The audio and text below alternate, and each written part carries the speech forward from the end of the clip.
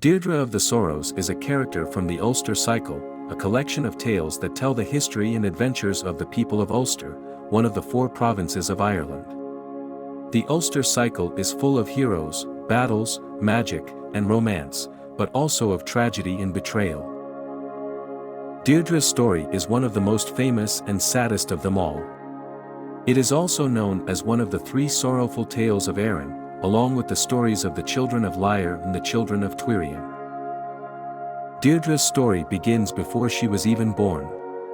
Her father was Fedlimid mac Dale, the royal storyteller of King Conchobar mac Nessa, the ruler of Ulster.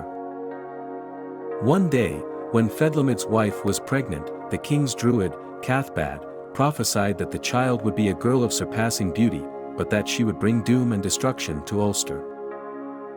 He said that kings and lords would go to war over her, and that the 3 greatest warriors of Ulster, the sons of Usna, would die because of her.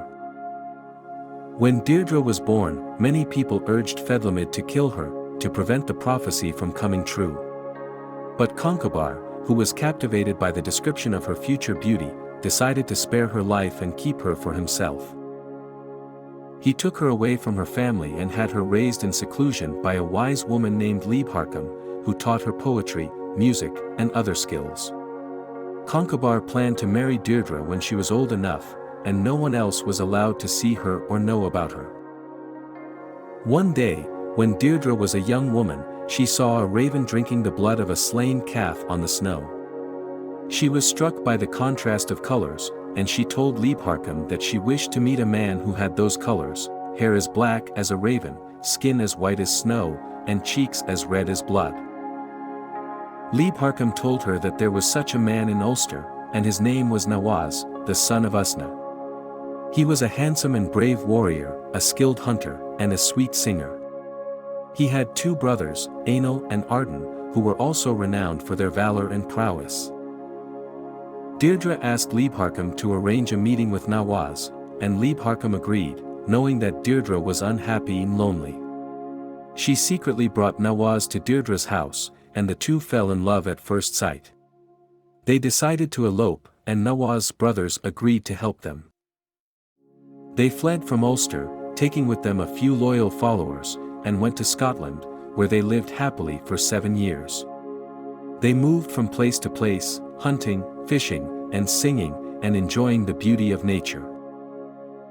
They also had 2 children, a son named Gaer and a daughter named Ebgrain, who were fostered by the sea god Manannan mac Lyre.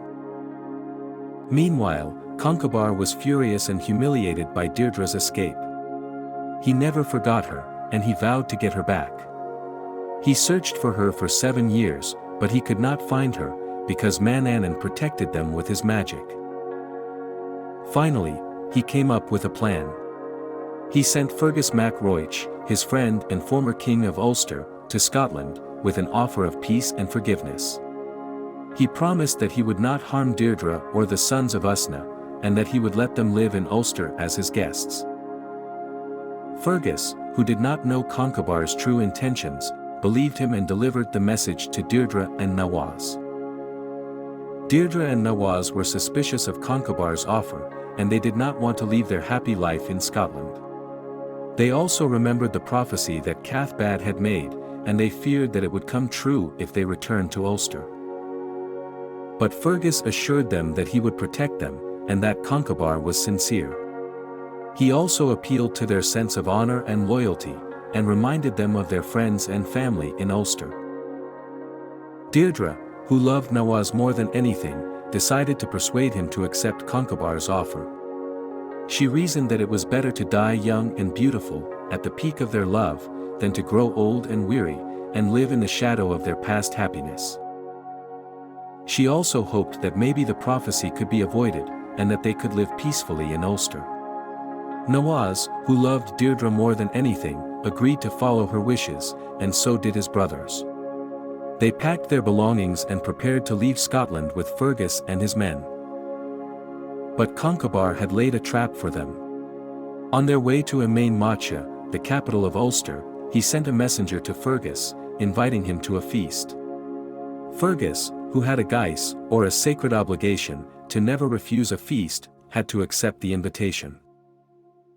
He told Deirdre and naoise to go ahead without him, and he entrusted them to his son Fiacha, who would escort them to mychael. He also gave them his sword, as a symbol of his protection and friendship. But when they arrived at mychael, they found that Conchobhar had gathered his army and surrounded the house where they were staying. He demanded that Deirdre be handed over to him, and that the sons of Usna be killed. Fiacha tried to defend them, but he was outnumbered and overpowered. Conchobhar sent a spy to see if Deirdre was still as beautiful as he remembered, and the spy confirmed that she was. Conchobhar then sent an assassin, who managed to kill naoise and his brothers, despite their heroic resistance. Deirdre was heartbroken and furious. She cursed Conchobhar and all of Ulster, and she refused to go with him. She said that she would rather die than be his wife. She threw herself on naoise's body, and kissed him for the last time. Then she took Fergus's sword, and stabbed herself in the heart. She died beside her beloved, and the prophecy was fulfilled. The story of Deirdre of the Sorrows is a story of love and tragedy, of beauty and doom, of fate and choice. It is a story that has inspired many poets, playwrights, and artists throughout the centuries, and it is a story that still resonates with us today. Thank you for watching this video, and if you enjoyed it, please like, share, and subscribe to our channel. And don't forget to leave a comment below, telling us what you think of Deirdre's story, and what other Celtic myths you would like us to cover. Until next time, goodbye and take care.